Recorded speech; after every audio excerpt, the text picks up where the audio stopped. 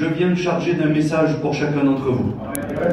Quand je dis chargé, c'est parce que c'est compliqué. C'est compliqué à transmettre un mot, une pensée, une direction que Dieu dépose dans le cœur de l'homme, sans être maladroit dans les mots qu'on choisit, sans oublier quelque chose. Alors je tiens à donner, si vous voulez, le ton de ce message tout de suite. Dieu connaît tous ceux qui sont ici présents ce soir. Il connaît chacun des cœurs. Il n'oublie personne. Si vous dites pas Amen, c'est que vous ne croyez pas. Amen. Hein? Donc Dieu n'oublie personne ce soir. Écoutez, je viens vous encourager au nom du Seigneur Jésus. C'est pas rien ça. Oui, je voudrais parler à nos anciens et nos anciennes qui passent par des difficultés. Ceux qui ça fait longtemps, des années qui sont chrétiens et chrétiennes. Et puis quelques-uns de leurs enfants ne sont pas encore convertis. Il y a encore des luttes et des combats. La fatigue de l'âge est là, la chaleur est là, c'est compliqué. Écoutez, anciens, anciennes, Dieu ne vous oublie pas. Amen. Amen. Je viens aussi dire aux jeunes que tous les renoncements dans le monde que vous faites, c'est pas en vain. Dieu voit tout. Amen. Jeunes sœurs, vous qui êtes là aussi et qui vous renoncez à beaucoup de choses pour plaire à Dieu, Dieu ne vous oublie pas. Dieu voit les efforts que vous faites. J'ai un mot pour les prédicateurs de l'Évangile. En vérité que c'est vrai, je ne joue pas de rôle, c'est pas un spectacle. Mais je suis venu pour dire ce que Dieu a mis sur mon cœur. Sinon je reste assis. C'est pas en vain ce que vous faites. Ne croyez pas que c'est en vain ce que vous faites, prédicateurs de l'Évangile. La Bible dit, envoyez, semez, donnez. Et quand le temps viendra, vous retrouverez ce que vous avez fait. Ce n'est jamais en vain ce que vous faites. Je viens encourager chacun d'entre vous ici présent au nom du Seigneur Jésus. Amen. Dieu est témoin de cette réunion. Dieu est présent au milieu de nous. Que Dieu soit glorifié ce soir. Alléluia.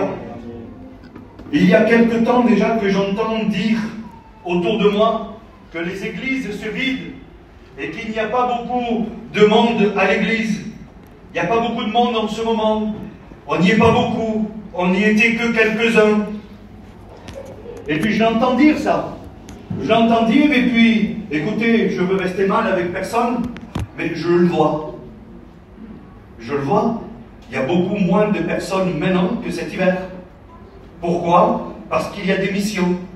Il y a des missions, beaucoup de frères, beaucoup de sœurs, beaucoup de serviteurs de Dieu ont eu ce privilège, si vous voulez. Ils ont eu cette chance de pouvoir atteler leur caravane et de partir en mission, faire une tournée d'évangélisation.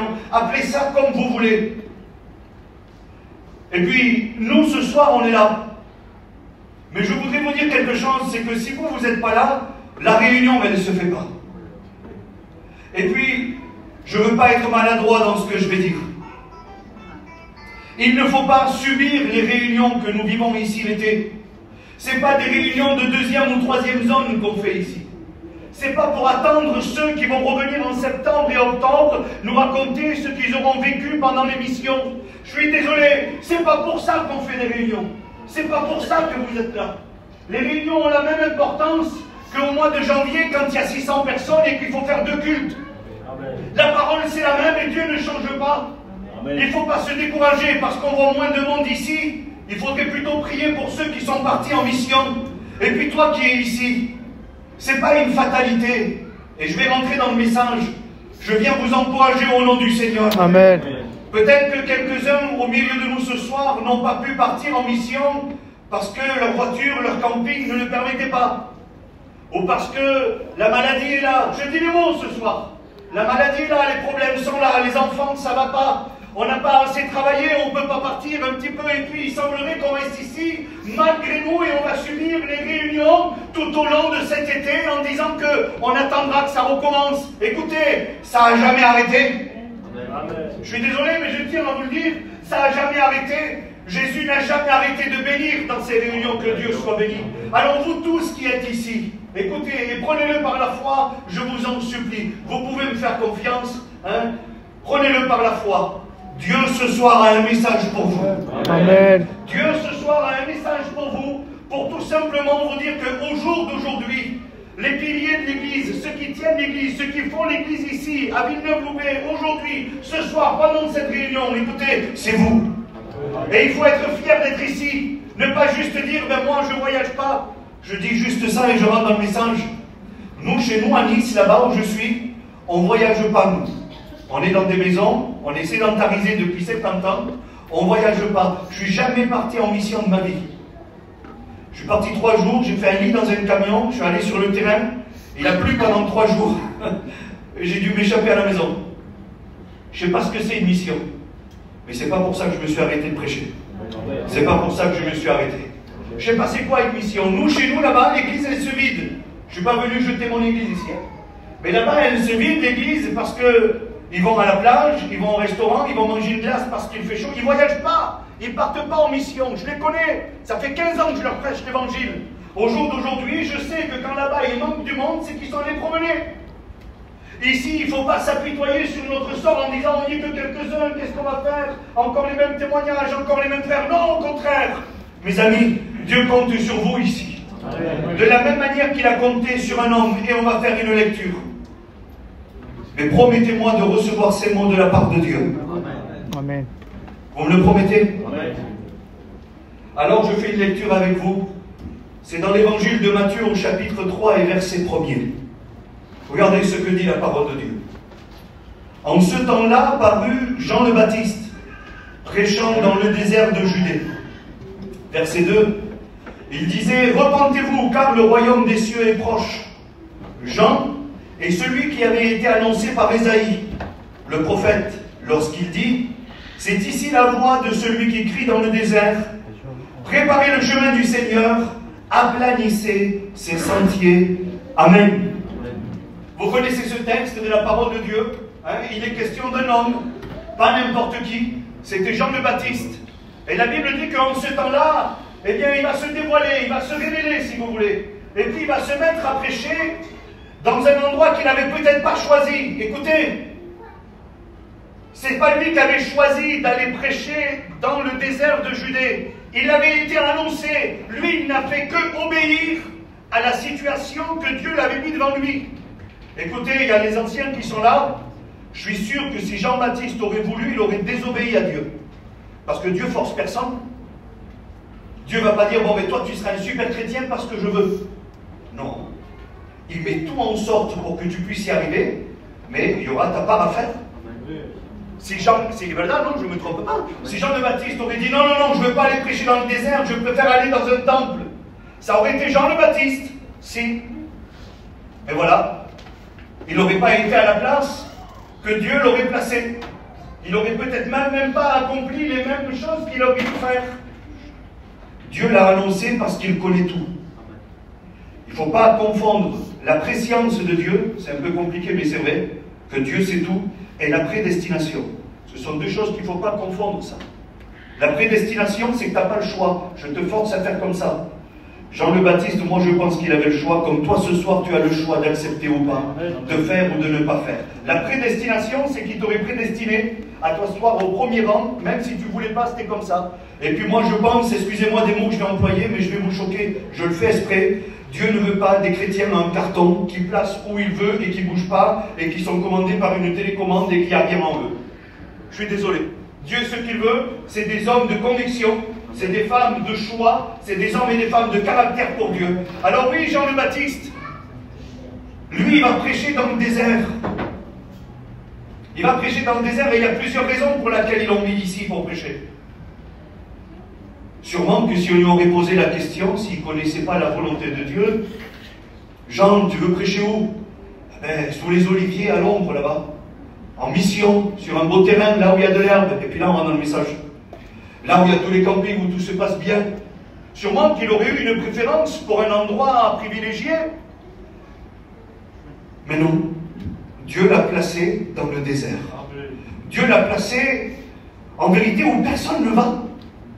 Je suis désolé, personne ne va promener par hasard dans un désert où il n'y a pas d'eau, il n'y a pas d'ombre, on meurt de chaud, il y a plein de vipères, il y a plein de choses qu'il ne faut pas. On ne va pas prêcher dans un désert ou promener dans un désert parce que nous, on l'a voulu. Derrière tout ça, il y avait la volonté de Dieu. Amen. Et je pense que vous êtes d'accord avec moi. Amen. Et regardez un des plus grands symboles qu'il y a, et puis c'est ce que je voudrais vous dire ce soir. La seule et unique chose qui attirait les gens à aller dans le désert, c'était entendre le message que Jean le Baptiste donnait. Ils n'y allaient pas pour promener. Ils n'y allaient pas pour passer un temps, pour manger une glace. Ils y allaient parce que cet homme avait été annoncé par l'Éternel. Et pour pas qu'il y ait de tromperie, pour pas qu'il y ait de doute, la Bible dit, il avait été annoncé par Ésaïe. Pas le charcutier, pas le boucher, non, non, le prophète. Là, ils vont appuyer parce que c'est la vérité. C'est le prophète qui l'avait annoncé. Il y avait quelque chose, mes là. Il y avait quelque chose qu'il devait se produire. Alors lui, il va accepter. Il ne va pas se morfondre. Il n'a pas dit à Dieu, Seigneur, tu m'aurais envoyé dans le temple, c'était mieux. Tu m'aurais envoyé dans cette place qui est là-bas, c'était mieux. Tu m'as mis dans le désert. Ben, c'est pas grave. Dans le désert, je ferai ta volonté. Amen. Et puis je dis ça pourquoi? Parce que, je suis désolé, je vous l'ai dit, j'ouvre mon cœur ce soir, je ne suis jamais parti en mission, moi. Peut-être qu'ici, ce soir, il y a des gens qui ont déjà été partis en mission, mais que cette année, ils n'ont pas pu.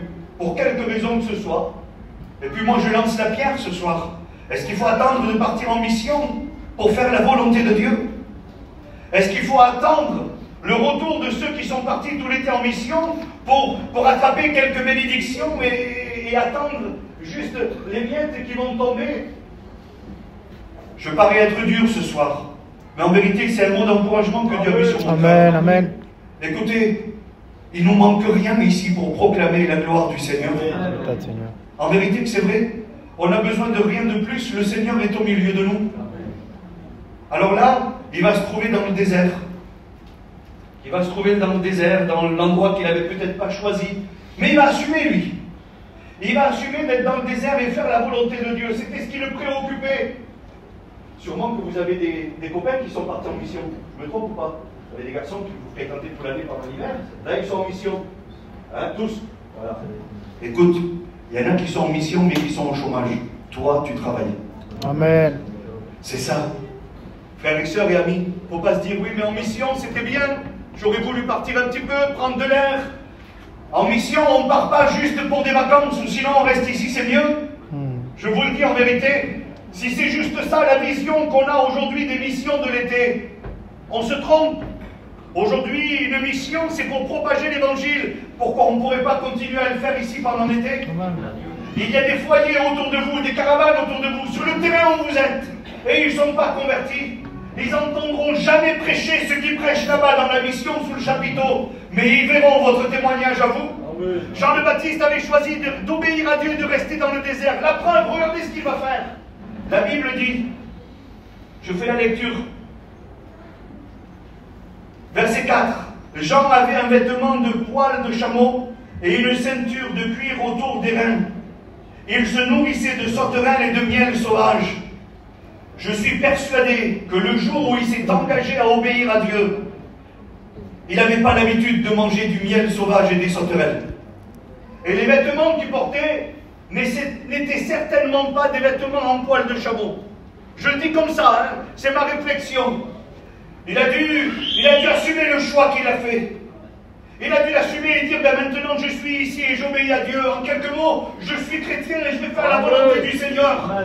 Il a dit, aplanissez le chemin de l'Éternel. C'est pas ce qu'on fait, nous les chrétiens. Amen. Quand on vient témoigner, les sœurs, vous êtes venus témoigner, le garçon, vous avez chanté des cantiques. Qu'est-ce qu'on fait quand on fait ça? On n'attire pas la gloire sur nous. On travaille pour l'Éternel, pour qu'on puisse dire, oh, t'as vu le foyer de Sony? C'est vrai qu'ils sont bénis quand même. T'as vu la sœur, l'autre, elle est venue, elle a témoigné comme ça et comme ça. Seigneur, Dieu est vivant encore. C'est ça, aplanir le chemin de l'Éternel, parce que Jésus revient, mes amis. Et vous le savez, on a une mission, et la mission, on peut l'accomplir ici. On n'est pas obligé de l'accomplir sur des terrains pleins d'herbes. Que Dieu pardonne de dire ça comme ça. Mais c'est juste pour attirer votre attention et de vous dire, vous attendez quoi? On attend quoi? Parce que je fais partie du lot. On attend quoi pour accomplir la volonté que Dieu nous a donnée? Il se nourrissait de sauterelles. Sûrement, je veux faire rire personne, je ne suis pas un clown. Je suis prédicateur de l'évangile. Amen. La première sauterelle qu'il a dû manger, il a dû l'avaler de travers. Mais il avait choisi de ne pas aller chercher sa nourriture en ville. Et il n'avait pas choisi de vivre à moitié-moitié. Il avait dit, je me suis engagé, je reste dans le désert et j'obéis à la volonté de Dieu.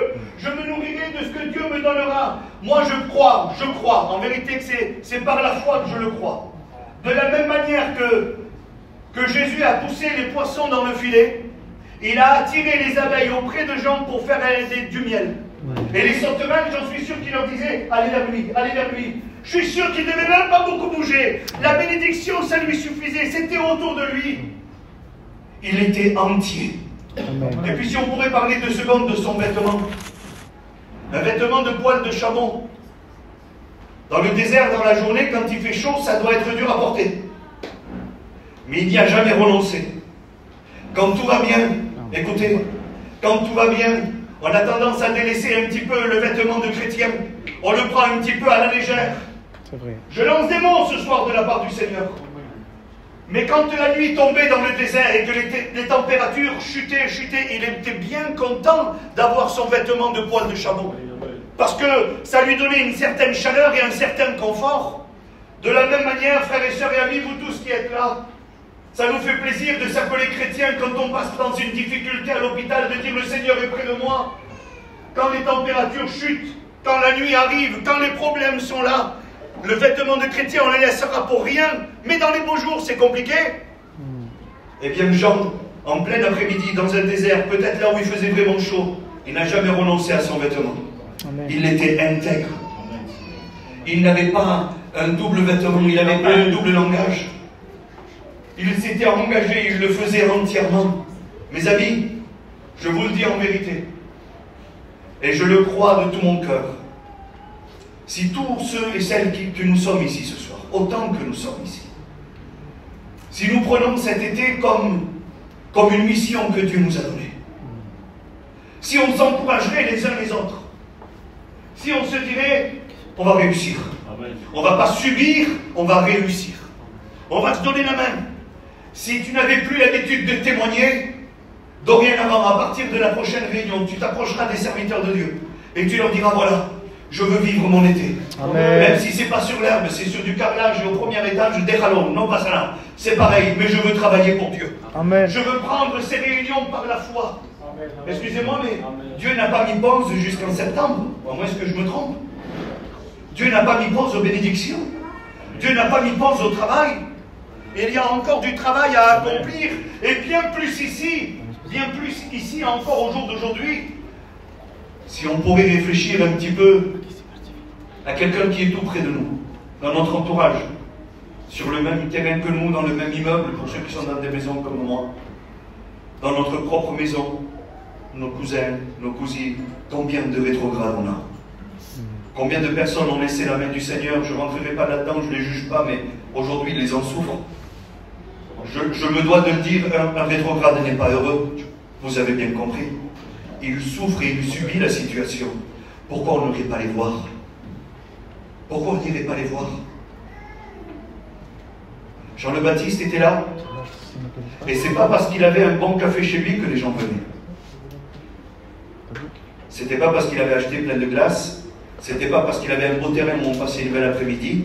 Il était dans un désert. Là où personne ne voulait aller. Alors je vous le dis moi. Je vous le dis avec beaucoup d'amour. En vérité que c'est vrai. Ne vous souciez pas du goût du café quand vous inviterez quelqu'un à le boire chez vous. C'est pas ça votre souci. Parce que sinon les gens reviendront pour boire un bon café. Mais oublieront aussitôt ce que vous leur direz. Je ne veux pas qu'un café efface l'évangile. Loin de là. Par contre, mettez-vous à part. Amen. Priez le Seigneur. Amen. Placez-vous devant Dieu en disant, Seigneur, demain il y a quelqu'un qui vient, tu vois. Mais je veux qu'il vienne pour écouter ta parole. Ce qui doit attirer les gens, c'est le message que nous transmettons. Ce n'est pas le contexte.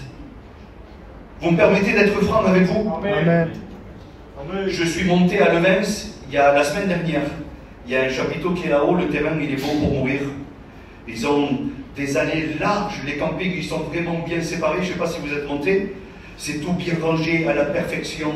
Il y a des campings pour mourir, des voitures pour mourir, celles qu'on voit dans les livres et à la télévision qui sont là-haut. Il y a tout ce qu'il faut. Et puis, juste avant la réunion, le serviteur de Dieu, on a parlé un petit peu, et il me dit, tu sais, ici au moins la moitié n'est pas chrétienne.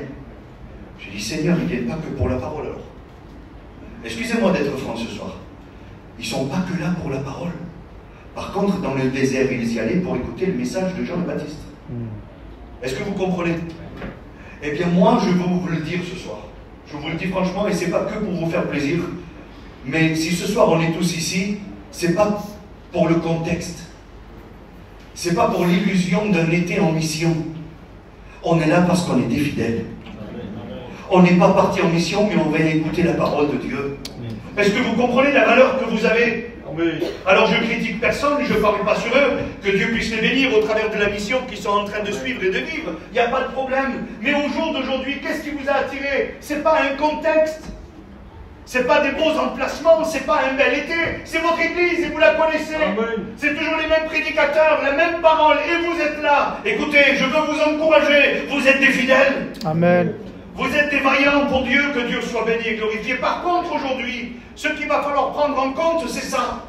C'est qu'il ne faut pas juste subir les réunions jusqu'à septembre, octobre. Je suis désolé. Si tu dois apprendre des nouveaux cantiques, c'est maintenant qu'il faut le faire. Si tu veux raconter des expériences que tu n'as jamais rencontrées encore ici derrière le pupitre, c'est maintenant qu'il faut le faire. Si tu veux aller taper dans les portes autour de chez toi, si tu veux aller témoigner, propager la parole de Dieu pour les prédicateurs, c'est aujourd'hui qu'il faut le faire.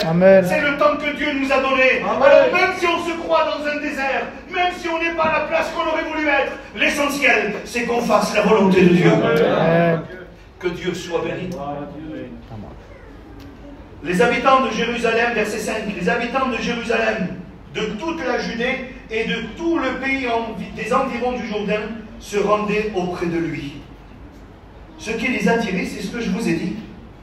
Ils voulaient entendre le message qui était délivré. C'est tout ce qui les animait. Ils faisaient des jours de marche. Des jours de marche. Ils n'allaient pas retrouver une belle rivière avec de la belle pelouse, un bon manger. Pas du tout. Un désert, des pierres, de la terre, du sable. Mais la parole. Mais la parole. Que Dieu soit béni et glorifié. Alors ils confessaient tous leurs péchés et se faisaient baptiser par lui dans le fleuve du Jourdain. Mais voyant venir à son baptême beaucoup de pharisiens et de sadducéens, je ne vais pas être long, je finis dans quelques minutes. Il faut que je prenne 2 minutes pour vous dire ça. Il leur dit ça, lui. Il aurait dû être content de voir arriver beaucoup de personnes comme eux. Ils avaient besoin de repentance, ces gens-là. Lisez la Bible, vous le verrez. Ils avaient besoin de changer. Et puis, il les voit arriver, et au lieu de leur dire, enfin, vous êtes là. Ça y est, vous êtes arrivés. Pharisiens, sadducéens, tant mieux. Aujourd'hui, vous avez compris. Au lieu de dire ça, regardez ce qu'il va leur dire. Je ne sais pas si j'aurais osé dire ça, moi. Race de vipères. Franchement, j'aurais pas osé. Race de vipères. Qui vous a appris à fuir la colère à venir? Produisez donc du fruit digne de la repentance et ne prétendez pas dire en vous-même, nous avons Abraham pour père. Car je vous déclare que de ces pierres-ci, Dieu peut susciter des enfants d'Abraham. Je vais vous dire ça et puis après on priera le Seigneur. Jean le Baptiste était en train de prêcher depuis pas mal de temps déjà. Le temps était passé parce qu'il avait changé ses vêtements, il avait changé sa manière de se nourrir, il s'était installé. Il était là et puis les gens venaient, les gens faisaient des jours et des jours de marche, il s'approchait, il va voir arriver des pharisiens. Juste pour vous faire rappeler, un jour Jésus a dit 2 ou 3 mots au sujet des pharisiens. Jésus lui-même a dit, faites ce qu'ils vous disent, mais ne faites surtout pas ce qu'ils font. C'est Jésus qui a dit ça. Ce n'était pas un jugeur de Jésus. Est-ce que vous avez compris? Il connaissait tout. On peut lui faire confiance. Mais lui, Jean, il va beaucoup plus loin. Et il va dire ça. Race de vipères, qui vous a appris à fuir la colère à venir? Alors je vais vous le dire comme on doit se le dire ce soir. Vous voulez juste pour pas aller en enfer? C'est ça? Vous voulez pas juste passer par le jugement? Vous voulez pas juste être jugé? Vous voulez échapper de tout ça, mais garder Abraham et la loi comme père? Vous voulez pas changer? Vous voulez juste passer à côté de l'enfer et rentrer au ciel? C'est ça que vous voulez? Vous voulez pas de changement? Alors Jean le Baptiste le savait, et il va leur dire, produisez donc du fruit digne de la repentance. C'est ça, c'est là le message, là où il ne faut surtout pas se tromper. Et puis ce soir, je me dois de le dire. Si ce qui nous anime ce soir à être ici, à assister à cette réunion, c'est juste avoir peur de l'enfer, ça ne tiendra pas. Ça ne tiendra pas. Si c'est que pour ça que tu as donné ta jeune vie à Dieu, ça ne tiendra pas. C'est pas possible. La preuve, c'est qu'il va dire non, non, non, c'est pas que ça. Si tu veux, produis du fruit digne de la repentance. Il doit y avoir un engagement. Il doit y avoir des renoncements. Alors, je l'ai dit tout à l'heure, je veux vous encourager au nom du Seigneur Jésus. Il faut voir un petit peu ce qui anime nos cœurs. Qu'est-ce qui nous a attirés ici ce soir? Pourquoi on est en attente? Pourquoi on attend? Pourquoi on subit les réunions? Pourquoi on n'entreprendrait pas un grand travail d'évangélisation, nous, ici? Tu vas dire, ça y est, il est révolutionnaire, lui. Il veut tout changer. Je ne veux rien changer, mais je veux juste vous encourager. Vous dire que c'est possible. N'attendez pas d'être un jour en mission pour aller taper à la porte de votre voisin et pour lui témoigner de Jésus. S'il faut, lui, il n'ira jamais en mission. Et Dieu te laisse ici pour que cet été, tu lui témoignes, pour que tu lui parles. Alors, je sais que les situations sont différentes pour chacun, et puis on va prier le Seigneur. Il y en a, on se sent libre ce soir? En vérité, que je vous pose la question, c'est: est-ce qu'il y en a qui auraient voulu partir en mission et qui n'ont pas pu, pour quelque raison que ce soit, financier, maladie, les enfants, le travail, parce que des fois le travail nous tient aussi. Il y a beaucoup de choses. Est-ce qu'il y en a qui auraient voulu partir et qui n'ont pas pu? Levez vos mains, s'il vous plaît. Il y en a. Il y en a. Dieu ne s'était pas trompé. Si ou non? Dieu ne s'était pas trompé. Je suis désolé. Dieu ne s'était pas trompé. Vous aurez pu tous laisser les mains abaissées et puis j'aurais dit: Seigneur, tu te trompes, c'est pas possible. Alors moi, je vous regarde à tous et je vous le dis, ne voyez pas de la prétention en vérité. Mais ce soir, je suis un envoyé du ciel. Et je viens vous dire à vous tous qui avez élevé votre main, vous n'avez pas pu partir, Dieu sait pourquoi. Dieu comprend, Dieu sait, Dieu voit. Mais si aujourd'hui vous êtes là, c'est peut-être que vous avez une tâche à accomplir. Jean le Baptiste, son père travaillait dans le temple à Jérusalem. Vous le savez, c'était Zacharie. Et puis moi, je suis sûr et certain, écoutez, je vous le dis avec mes mots en moi aujourd'hui pour que vous puissiez comprendre. Moi, j'ai mon fils qui est là, il a 16 ans. Aujourd'hui, je suis prédicateur de l'évangile.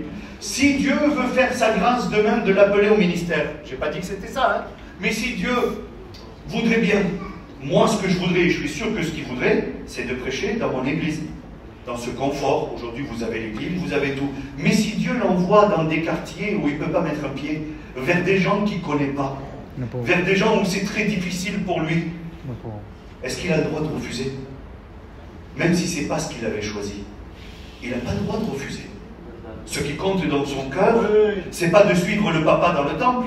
Pardonne-moi, papa, je te le dis.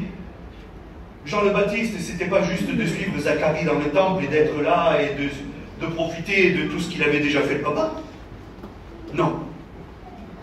Il est allé là où Dieu l'a envoyé. Amen. Dans le désert. Amen. Là où il ne voulait pas en vérité. Mais ça a été un homme de Dieu terrible parce qu'il y est allé quand même. Amen. Il a dit: tu m'as mis dans le désert? Ah si. Eh bien je vais prêcher. Que Dieu soit béni. Ah, tu m'as mis dans le désert? Je mangerai des sauterelles.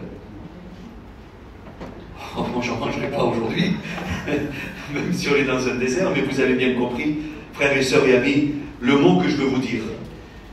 Et j'arrête de tourner autour du pot parce que je suis trop long, ça ne sert à rien. Vous me permettez d'être franc avec vous? Vous ne vous vexez pas et vous le prenez pas mal? Arrêtez d'attendre ceux qui rentrent de mission pour vous mettre au travail. C'est bon, ça suffit. Aujourd'hui, on va se mettre au travail. Aujourd'hui, on va prendre des résolutions. Les garçons, vous n'êtes pas partis, tu connais tout, je ne connais pas. Je suis juste un porte-parole du Seigneur ce soir. Mais si vous êtes ici, vous avez du travail à accomplir. En vérité que c'est vrai. Alors, je m'adresse à mes sœurs qui sont là, à nos anciennes. Travaillez pour Dieu. Dieu a besoin de vous. Votre sagesse, votre douceur, vos conseils, vos bons gâteaux que vous faites. Ah, Seigneur, si vous m'appelez, moi je viens. Mais je vous dis ça, c'est pour vous encourager. Mes anciennes qui sont là aussi, je vous le dis, n'ayez pas peur de vous fatiguer. Dieu vous renouvellera les forces. Allez faire ce que vous n'avez jamais encore fait. Travaillez. Dieu veut susciter au milieu de vous des grandes bénédictions. Les jeunes, ne cessez pas. Continuez. Redoublez d'efforts, redoublez de réunions. Que Dieu soit béni. Prédicateurs, doublez les réunions. Votre mise à part, le moment de prière. Et puis tous ensemble, en vérité. Tous ensemble. Quand ils vont revenir de mission et qu'ils vont croire qu'il y a toujours des places ici pour passer l'hiver tranquille au chaud, on va leur dire non, maintenant tu repars. Parce qu'ici il n'y a plus de place. On a tellement évangélisé qu'il n'y a plus de place pour vous. Que maintenant vous repartez. Que Dieu soit béni et glorifié. Amen. Alors, je suis venu vous animer, en vérité, de forces nouvelles de la part du Seigneur. N'en doutez plus. Vous êtes des outils entre les mains de Dieu. Et si Dieu avait choisi un désert pour vous, arrangez-vous avec lui.